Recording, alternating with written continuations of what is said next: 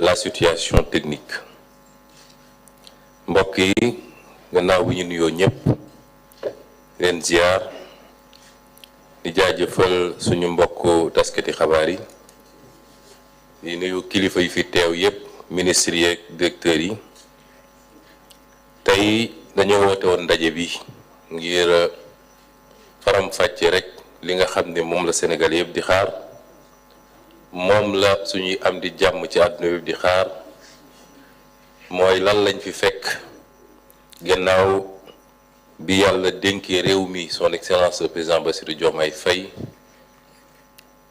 ñi fi newoon jóge fi ci niñ koy doxalee nag ñetti pàcc la mooy dinaa ubbi waxtaan bi su ma paree dinaa jox Abdourahmane Sarr nga xam ne moo yor lépp lu jëm ci koom-koom mu waxtaan gu xóot ci liñ fi fekk gannaaw sa monsieur Ousmane Diagne nga xam ne mooy ministre bu yor lépp lu jëm ci wàllu justice ak àtte dina ci addu ma doog a jëlaat kàddu gi tëj waxtaan bi loolu mooy bu dee ci wàllu français bu dee ci wàllu wolof nag Al Amin Lo mi nga xam ne mooy ministre secrétaire général du gouvernement mooy jottali li nga xam ne moom la Abdourahmane Sarr def ci kàllaama nasaraan. Mesdames et messieurs les représentants des organes de la presse nationale, africaine et internationale,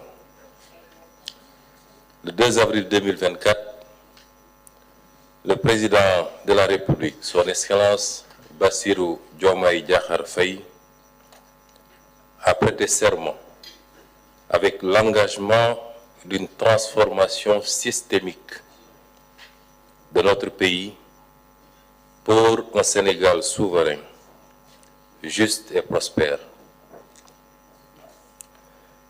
Fidèle à cet engagement qui exige la transparence, la redevabilité et la vérité vis-à-vis du peuple souverain, nous avons l'obligation, sur instruction de M. le Président de la République, de dresser l'état des lieux dont notre régime a hérité.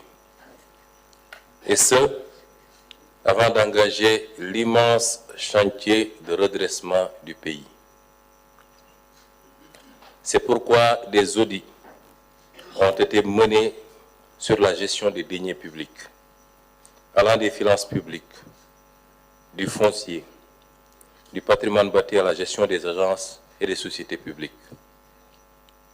Les constats de ces audits font ressortir de la gabegie dans les dépenses, tant dans leur choix et leur qualité que dans leur effectivité et impact.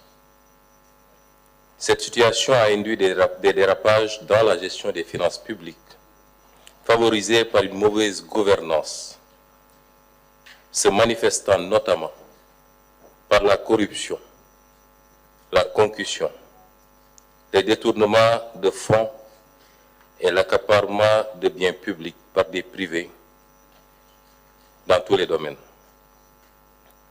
Deux thématiques seront abordées au cours du présent point de presse. C'est une option.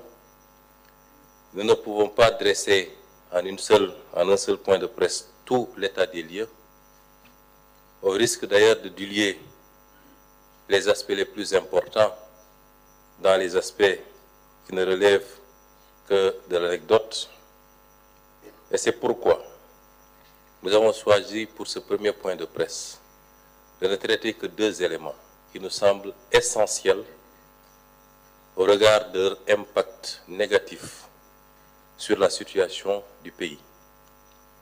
Ces deux points sont d'abord la situation de référence des finances publiques et les actions vigoureuses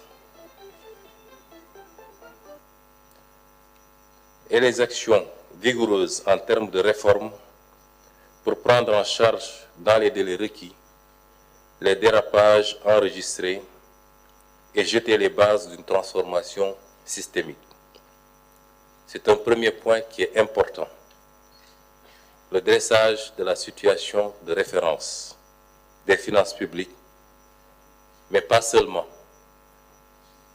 Les actions vigoureuses en termes de réforme pour prendre en charge dans les délais requis les dérapages enregistrés et jeter les bases d'une transformation systémique. Le second point a trait à la reddition des comptes qui est la conséquence immédiate du constat des actes de mauvaise gouvernance financière. Je voudrais préciser ici que nous n'aborderons que la reddition des comptes se rapportant aux actes graves qui ont été posés relativement au premier point, notamment la situation financière. Dans les jours à venir, les différents ministres et directeurs généraux auront à revenir au devant de la presse pour développer les autres aspects liés justement à cette reddition des comptes. Voilà les deux points qui seront abordés.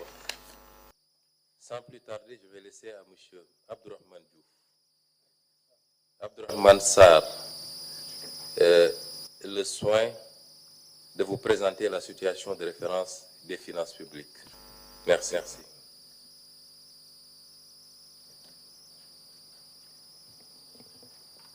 Je vous remercie, Monsieur le Premier ministre, chers membres de la presse, chers participants. Effectivement, en effet, sur ordre du Président de la République,